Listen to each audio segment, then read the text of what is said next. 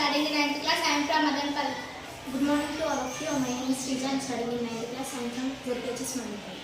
My name is Vaishnavi. I am studying in 9th class ZPHS High School. My name is Ketan. I am studying in 9th class ZPHS Madanpalli. ఇప్పుడు మనం చేయబోతున్న ప్రయోగం వృక్ష కణాల్లో ద్రవాభిసరణ పరిశీలించుట. ద్రవాభిసరణని ఇంగ్లీష్లో osmosis అంటారు. Osmosis అనేది ఆస్మోస్ అనే గ్రీక్ పదం నుండి వచ్చింది. ఆస్మోస్ అనగా నెట్టడం. ద్రవాభిసరణ అనగా నీరు తక్కువ గడత నుండి ఎక్కువ గడతకి ప్లాజ్మా పొర ద్వారా ప్రయాణించడం. ఈ ప్రయోగానికి కావలసిన పరికరాలు: బీకరు, చక్కెర ద్రావణం, ఆలుగడ్డ, కత్తి, నీరు. ముందుగా ఒక బంగాళదుంప తీసుకోవాలి. కత్తి సహాయంతో 4 వైపులా కోసి దీర్ఘచతురస్రాకార డబ్బా వలె చేయవలెను. ఆలుగడ్డలోని మధ్య భాగాన్ని తొలగించి దీన్ని గిన్నె వలె చేయవలెను. చక్కెర ద్రావణాన్ని తీసుకొని ఆలుగడ్డ లోపల ఉన్న మధ్య భాగంలో చక్కెర ద్రావణం పోయవలెను.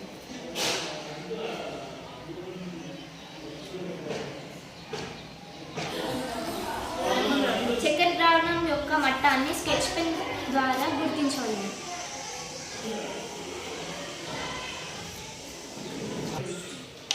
ఒక బీకర్ తీసుకొని చక్కెర ద్రావణం పోసిన ఈ ఆలుగడ్డని బీకర్లోని ఉంచవలెను.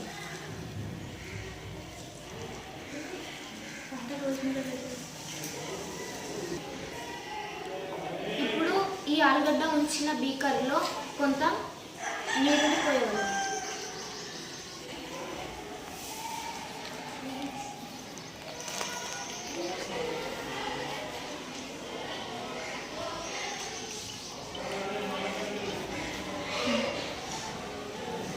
ఇప్పుడు ఈ అమెరికాను 24 గంటల సేపు కదర్చకుండా ఉంచగలము. ఇప్పుడు మనం పరిశీలనను చూద్దాం. 24 గంటల తర్వాత ఆలుగడ్డను పరిశీలించినట్లయితే ఆలుగడ్డలో ఉన్న చక్కెర ద్రావణం యొక్క మట్టం పెరిగిందని గమనించవచ్చు.